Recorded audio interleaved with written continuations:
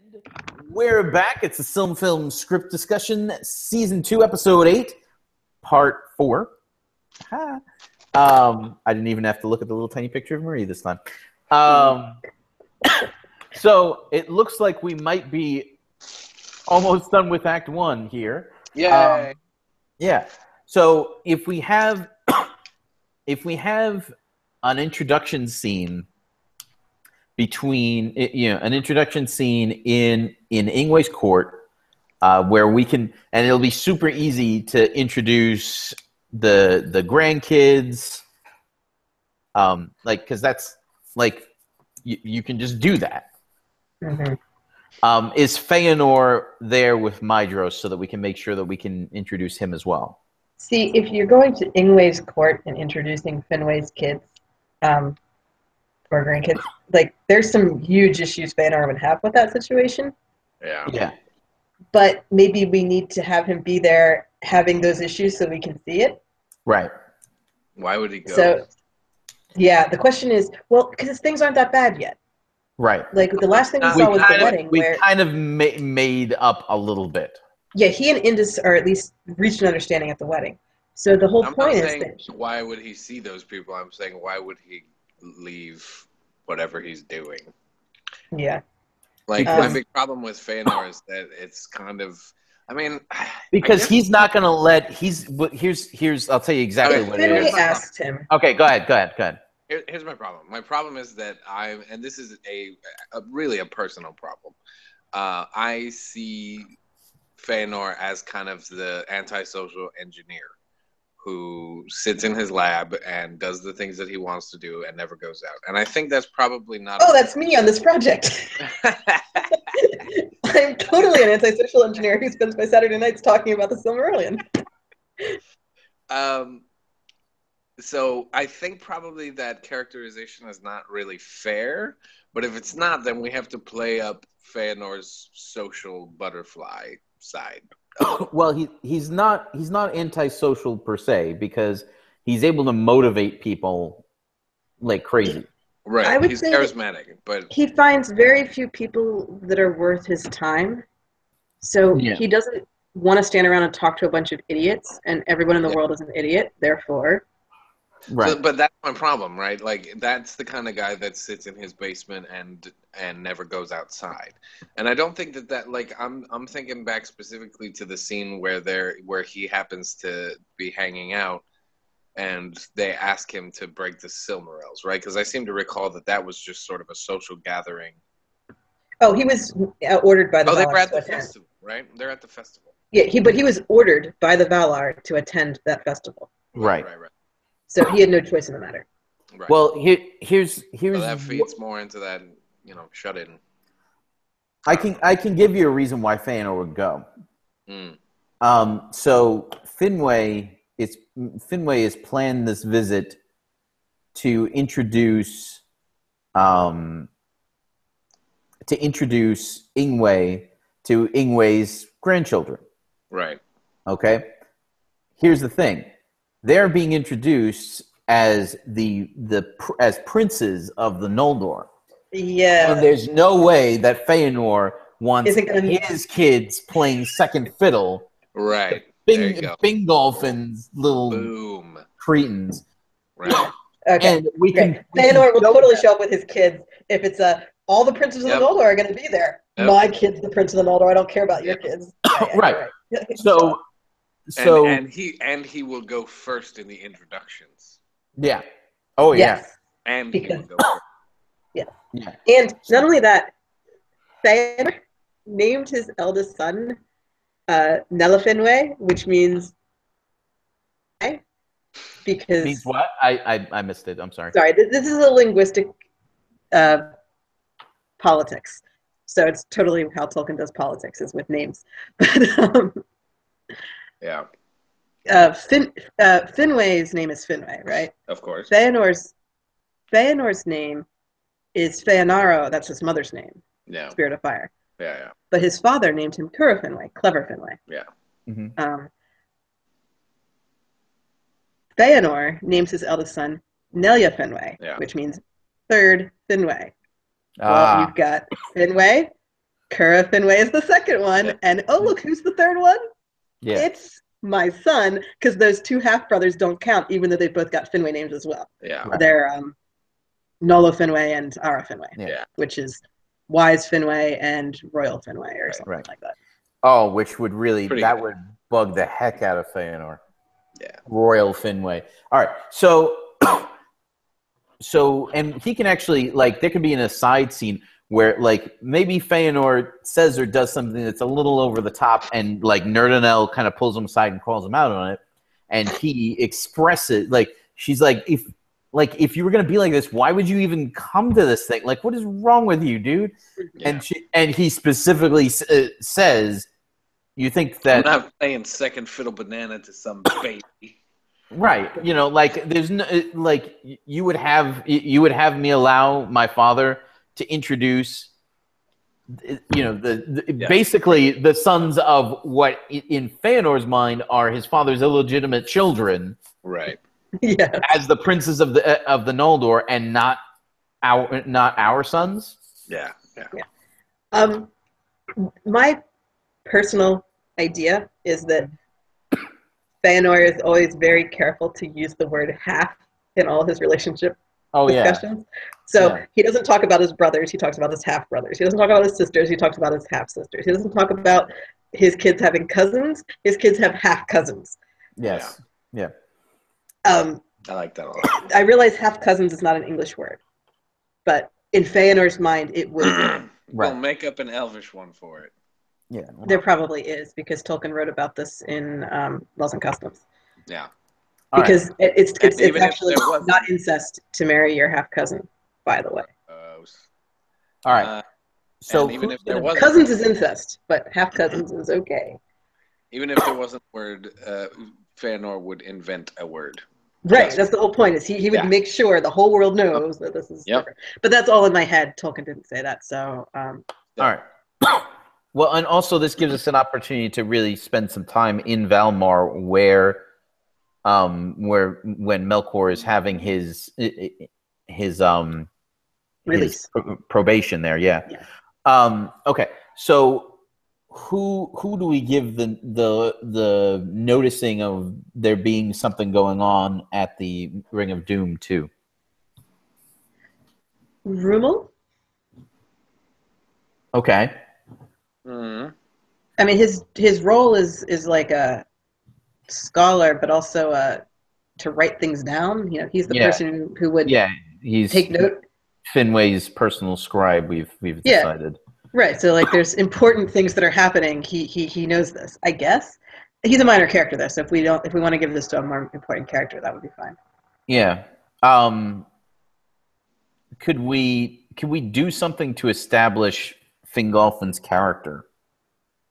Because they want Fingolfin to actually listen to Melkor and such. Right. So he can start that in this episode even. Well, what aspect of his character would you like to establish? Because we've now determined that he has a whiny brat second fiddle side that no one knew about until Friday. Well, he could... Do we want his wife to be like a character? Like, do we want to give her things to say and do? Yeah, like, his wife is... We could mirror Anare. We could mirror the discussion between Feanor and Nerdanel with a discussion between Fingolfin and his wife. Yeah. Anare is very close friends with Arwen, who's Finarfin's wife, who's the daughter of Alway. So that friendship probably needs to be on screen at some point, because it'll have impact at the Kinslaying. And because Anare is going to not go into exile with Fingolfin. Fingolfin's going to go and follow Feanor without his wife. Mm-hmm. Which is kind of a big deal. Right. Of course, a lot of them are going to do that, but still. Does she maybe actively think that Feanor is a bad seed then? Certainly by the time you get to the Kinslaying, she does. Yeah. But she refuses to go. When Feanor's like, let's all go to Middle-earth and avenge my father's death, she's like, peace out, not me. So So yeah, she has to kind of not buy into the whole Feanor thing, which probably means that Fingolfin has been bad mouthing Feanor to her for years, and she is so sick of him and so done with this Feanor business. Yeah. Yeah. Is my guess. So Brandon has Ring of Fire running through his head because of our reference to the Ring of Doom, and I said, "Well, we'll get there with the forging of the ring." And then he wrote, "Frodo fell into a burning ring of fire. He went down, down, down, and the flames went higher, and it burns, burns, burns. The Ring of Fire, the Ring of Fire." He's a bard. All right, so if we, because we can have a discussion between Fingolfin and, I mean, is this a mutual complaining session? This little conversation here, or does Fingolfin speak up for Feanor, quoting Indus or saying something effective? I know, he's a terrible person, but Indus says blah blah blah blah blah blah blah blah. Yeah, Anare might be more of the you need to not let your brother take the spotlight all the time. Yeah.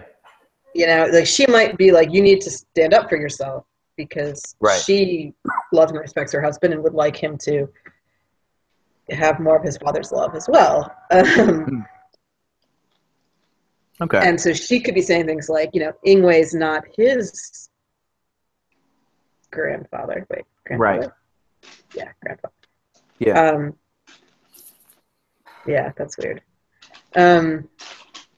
So yeah, there could be reasons that Anare would say, like, this is your family and this is your side of the family, and leave Feanor out of this, and you know, don't let him hog the spotlight. And Fingolfin would be like, look, you don't understand. It's just easier to let him do his thing and give him space, because if you get in his way, it's just this huge hassle. Like, you know, he can already be like, you know, look, we just appease him all the time. It works better for everyone here, so that later when he's like, you know what, I am so sick of this appeasement thing and I am done with it, like, we'll have seen it build up to that point. So Feanor is Sheldon, is what you're saying. I was more thinking that Feanor was Nazi Germany, but if you want to go with Sheldon, that's fine. I mean, that's the same thing, right? Yeah, basically. I guess. The only problem I have with that is that it then makes... Well, I guess it's not the same flavor, right? I guess his appeasement at this point is very, like, it's very sour. He's very resentful of it. Right. And then when he just comes back to it later, it's much more in the brotherly love sense, which is hilarious because that is the least brotherly lovey thing that you could do in that situation. The right thing to do would be to punch him in the face. But what are you going to do? So, well, yeah, you know, I think the flavors are different enough that it doesn't for me. Yeah. And we can... Okay. And we can have Fingolfin notice that something's going on, maybe at the Ring of Doom, at the end of this conversation. Like, it could be on a balcony outside. Yeah. Somebody should see something from a balcony. I don't know who it is yet, but I don't hate Fingolfin. I'd almost like it to be Ingwe, actually. That would be kind of good. Because if anyone else was told something by the Valar, it would have been Ingwe. Yeah, right. So if Ingwe doesn't know what's going on, it's very clear that they didn't tell any of the elves. Right. What if somebody else noticed it and says and asks Ingwe? What if somebody what's going on and Ingwe is like, I don't know. Yeah, that would be good. Or if Ingwe said, a little horrified about it. Yeah. Yeah. If Ingwe says he doesn't know, I'm happy with that. Okay. So, in other words, these conversations are taking place still in, like, there's like a dinner party kind of thing going on, and they're like going off to like separate conversations. If you can even have dinner when it's not nighttime, I guess. It's but you know what I mean, and like it could be like on a terrace. It'd be really cool, like a really cool terrace. Yes, and the light of Telperion is very silvery, so it's like it's almost nighttime, but not quite. Yeah. And they notice like there were 50 moons in the sky instead of just one. Right, exactly. It's like that. Right. I still like Fingolfin as, or we could give it to one of the kids. We could give it to Mydros or what's that? Right. Yeah. Mydros or Fingon. I kind of would like to keep that to the adults for now. Okay. Yeah, I think so. We already had a kid say, "Mommy, who is that?" when Melkor was on his way to being judged, right? Oh, right. So I don't want to do that again. Who? When did that happen? When he's leaving We marched Melkor from Mandos to the Ring of Doom. Who is that? And elves were on the street looking at him. What's that all about? Yeah, but I don't know. I just feel like that no elves would be curious enough to follow that procession and go to the Ring of Doom just stretches credulity too much for me. They got stuff to do. Nah. Bigger than this? They can't put what they have eternity. They can't put down what they're doing to see what the heck is going on. I hear you on that. Yeah. I don't like that. I really don't like that. It's not a very, very crucial point. The episode does not turn on this particular detail. Yeah. Oh, I'm not a fan. But that's been happening to me more and more as time has gone on. So, but I knew it would though. You can't not be a fan of the project. What's that? You have to stay a fan.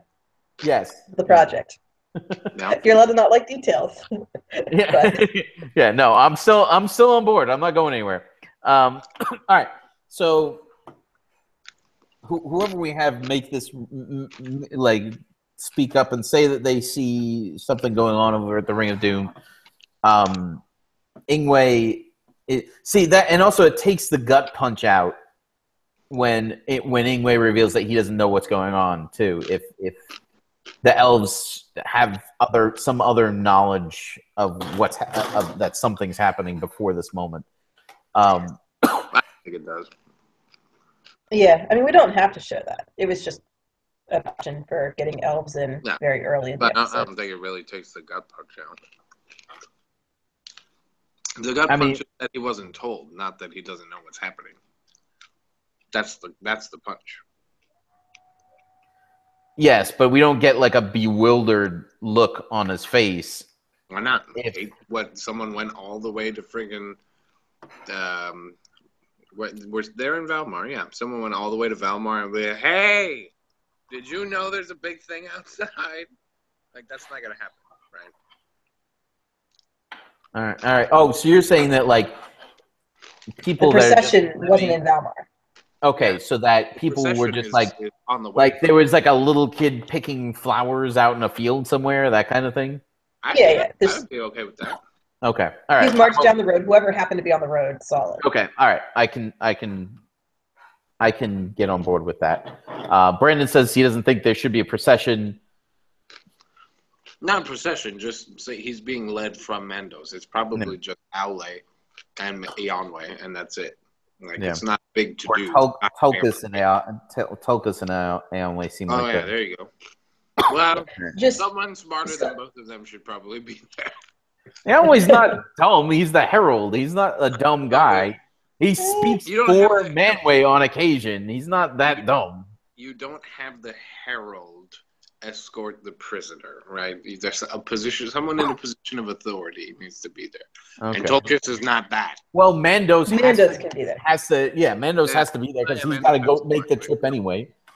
Yeah, but the point being that it wasn't that it was like a parade. It's not a ceremonial procession. Yeah.